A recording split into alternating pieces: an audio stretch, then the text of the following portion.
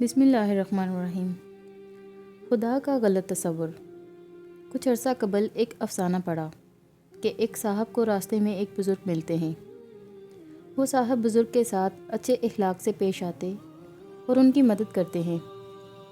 نتیجے کے طور پر بزرگ خوش ہو کر انہیں دعا دیتے اور کہتے ہیں، میاں تمہیں اجازت ہے کہ جو چاہے اپنے لیے مانگو، لیکن تمہارے پاس صرف ایک خواہش کرنے کا آپشن ہے۔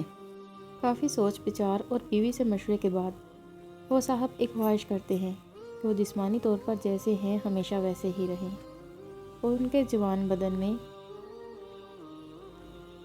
کوئی تبدیلی نہ ہو۔ اس خواہش کا مقصد یہ تھا کہ وہ ہمیشہ جوان رہیں۔ دعا مانگنے کے بعد وہ صاحب سو جاتے ہیں۔ دوسرے دن صبح کو جب ان صاحب کی بیوی اٹھتی ہے تو دیکھتی ہے کہ اس کے شوہر کا انتقال ہو چکا ہے۔ آخر میں افسانہ نگار یہ تبصرہ کرتا ہے کہ چونکہ موصوف نے ہمیشہ اپنے بدن کو غیر متغیر رکھنے کی خواہش کی تھی، اس لیے خدا نے اس کی دعا سن لی اور اس کا بدن ہمیشہ کے لیے غیر متغیر ہو گیا۔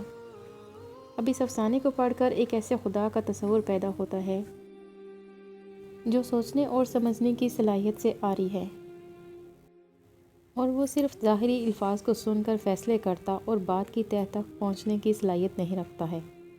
خدا کی ذات کا یہ تصور صرف افسانوں تک ہی محدود نہیں رہا، بلکہ ہماری روزمرہ کی گفتگو میں سرایت کر گیا ہے۔ ہم روزانہ اس قسم کی باتیں سنتے ہیں کہ کوئی ایسی بات منہ سے نہ نکالو کہیں قبول نہ ہو جائے، یا ناکامی پیش آنے پر یہ کہہ دیا جاتا ہے کہ خدا کی یہی مرضی تھی۔ خدا کی بے حکمتی کی باتیں ہمارے مذہبی حلقوں میں بھی مشہور ہیں۔ کبھی یہ کہا جاتا ہے کہ خدا چاہے تو کسی صالح مومن کو جہنم اور ابو جہل و ابو لہب کو جنت میں داخل کر سکتا ہے، یا پھر یہ کہ خدا نے تقدیر مقرر کر دی ہے اور لوگوں کو مجبور محض بنا دیا ہے، اس کے باوجود وہ لوگوں کو جنت اور جہنم میں ڈالے گا وغیرہ۔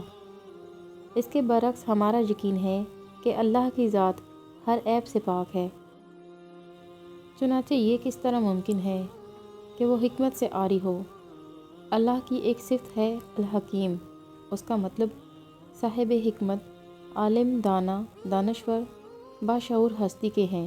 اللہ تعالیٰ کے حکیم ہونے کا مفہوم یہی ہے کہ وہ لامتناہی طور پر دانا، سمجھدار اور دانش رکھنے والا ہے۔ ہم جانتے ہیں کہ اگر کسی کار کو بے عقل اور اناڑی ڈرائیور چلائے تو جلد یا بدیر کار کسی جگہ سے ٹکرا کر تباہ ہو جائے گی۔ اسی طرح اگر یہ کائنات کسی غیر حکیم اور بے شعور ہستی کے ہاتھ میں ہوتی تو اب تک کئی مرتبہ تباہ ہو چکی ہوتی۔ اللہ تعالیٰ کا ہر کام حکمت، انتہائی درجے کی غائیت اور مصلحت پر مبنی ہوتا ہے، لیکن ان کاموں کی مصلحتوں کو کامل طور پر احاطہ کرنا کسی کے بس کی بات نہیں۔ حکمت کا معاملہ یہ ہے کہ ایک دانا شخص کی حکمت کو مکمل طور پر سمجھنے کے لیے کم از کم اتنی ہی دانائی کی ضرورت ہوتی ہے، لیکن اللہ تعالیٰ کی دانائی اور دانش تک کوئی نہیں پہنچ سکتا، چنانچہ اس کی حکمت کو مکمل طور پر سمجھ لینا ممکن نہیں۔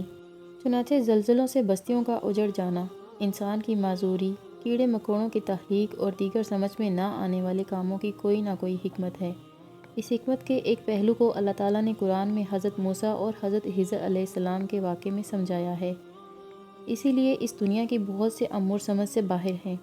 چنانچہ اللہ کے بارے میں یہ تصور کرنا ایک جرم ہے کہ اس کے فیصلے علل ٹپ ہوتے ہیں، لہٰذا جو معاملہ سمجھ میں آ جائے اس پر اللہ کا شکر ادا کرنا چاہیے، اور سمجھ سے باہر ہو اس پر اللہ کی حکمت پر اجمالی ایمان اور اطمینان رکھنا ہی ایمان کا تقاضا ہے۔